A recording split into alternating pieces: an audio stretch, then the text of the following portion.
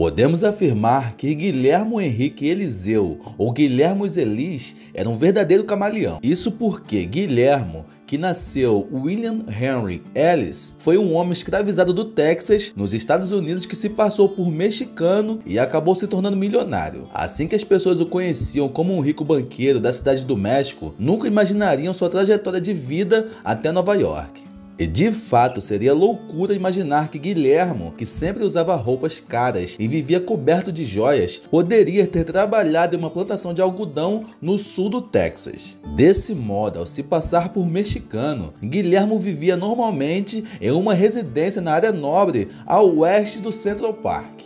Além disso, ele também tinha um escritório em Wall Street, que até hoje é um dos lugares mais cobiçados de Nova York. Ficou curioso? Então continua aí que vamos te contar a história de William Ellis, um ex-escravo que se tornou milionário ao fingir que era mexicano.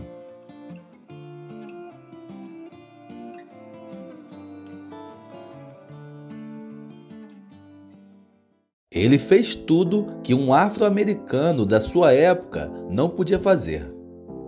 Guilherme nasceu em Victoria, no sul do Texas, em 1865, ou seja, um ano antes da abolição da escravidão. Ao longo da sua vida, Guilherme cresceu cercado de mexicanos, texanos, anglo-americanos e afro-americanos, que moravam perto uns dos outros. Isso foi o que Carl Jacob, que era um historiador da Universidade de Colômbia, disse. Desde que soube da sua trajetória, Jacob se tornou fascinado pela história. Assim, em 2016, ele escreveu o livro The Strange Career of William Ellis, The Texas Slave Who Became a Mexican Millionaire, ou seja, a estranha carreira de William Ellis, o escravo do Texas que se tornou um milionário mexicano. Para Jacob, o fato de Guilherme ter aprendido espanhol foi um fator decisivo na sua vida. Assim, o jovem Guilherme, já fluente, se tornou assistente e tradutor de William McNara, um poderoso comerciante irlandês de algodão e couro. McNara não apenas comprava matérias-primas no Texas, mas ao longo de toda a fronteira com o México. O jovem Ellis o acompanhava, sendo uma espécie de porta-voz.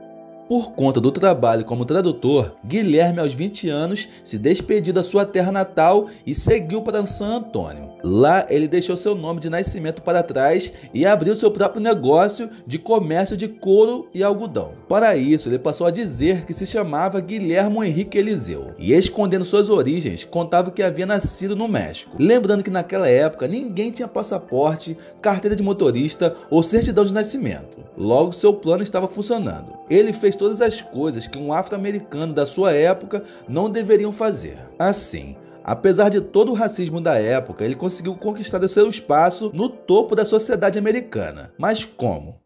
Guilherme tinha mais de uma nacionalidade. Para ter direitos básicos, Guilherme fingiu ser cubano e até havaiano. Durante uma entrevista a um jornal de Chicago, datada de 1891, Guilherme disse, abre aspas, "Eu sou obrigado a passar por mexicano, a fim de obter os confortos básicos de um viajante branco." Com seu espírito empreendedor, Guilherme enriqueceu durante a chamada Era Dourada, que foi quando os Estados Unidos passaram por grandes mudanças com a chegada da industrialização. Dessa forma, muitos milionários foram criados. Sua chegada a Nova York coincidiu com um crescimento surpreendente nas relações comerciais entre o México e os Estados Unidos.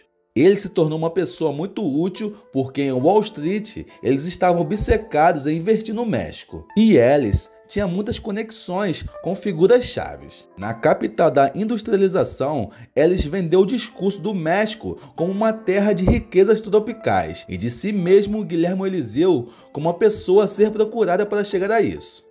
Ellis apareceu em documentos como presidente de pelo menos 7 empresas, algumas avaliadas em milhões de dólares. Durante esses anos, ele também comprou a maior fábrica de móveis do México e se tornou o representante naquele país da Hotchkiss Army Company, uma fabricante francesa de armas. Nesse período, coordenou 2 viagens marcantes à Etiópia, uma delas uma missão diplomática para finalizar acordos comerciais com o então imperador Menelik II. Também se tornou o primeiro afro-americano a visitar aquele país e, ao retornar aos Estados Unidos, realizou reuniões com o então presidente Theodore Roosevelt em 1904.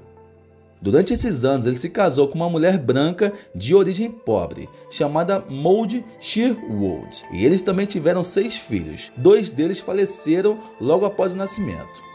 Por alguma razão, Ellis mentiu sobre a origem da sua esposa, afirmando em um comunicado à imprensa sobre seu casamento que ela pertencia à nobreza da Inglaterra.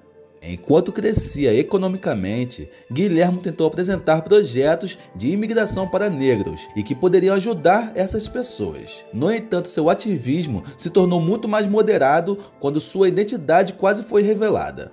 Ao se mudar para Nova York, ele encontrou muitas oportunidades, uma vez que se apresentou como mexicano. Isso porque o país era vendido como uma terra de riquezas tropicais. Porém, ao mesmo tempo que seus negócios estavam indo bem, as suas ambições de industrialização na Etiópia estagnaram, entre outros motivos devido à falta de financiamento, como havia acontecido no passado. Forçada a voltar as suas atenções novamente para o México e com as finanças apertadas, Ellis teve que se adaptar aos novos tempos após a Revolução Mexicana, em 1910 e o fim do Porfiriato.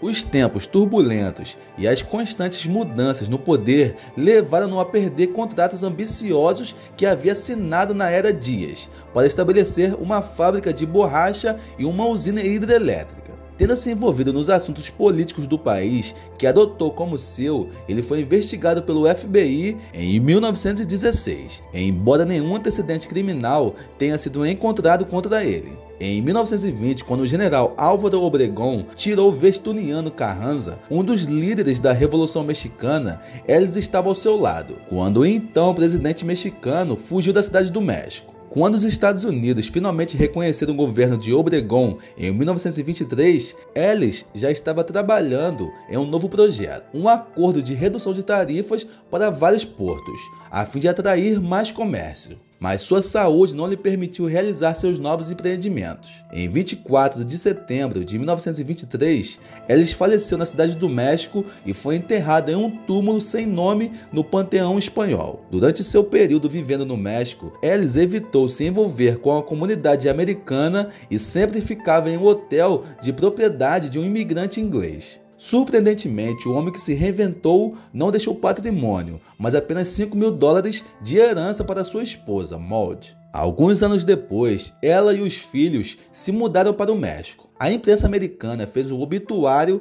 destacando sua verdadeira origem, mas o historiador Jacob destaca que, em vez de julgá-lo, sua vida foi celebrada. Abre aspas. Devido ao fato da sua vida ter sido espetacular, cheia de grandes ambições, entre as maiores do mundo, deveríamos sentir um certo grau de satisfação ao perceber que ele era um dos nossos.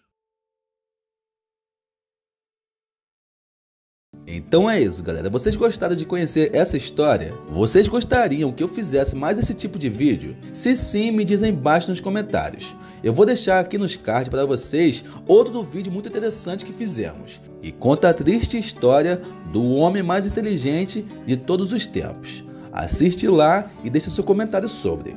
Fiquem à vontade para compartilhar esse vídeo com todos. Não esqueçam de se inscrever no canal, deixar seu gostei desse vídeo e ativar o sininho das notificações com a opção todas ativada.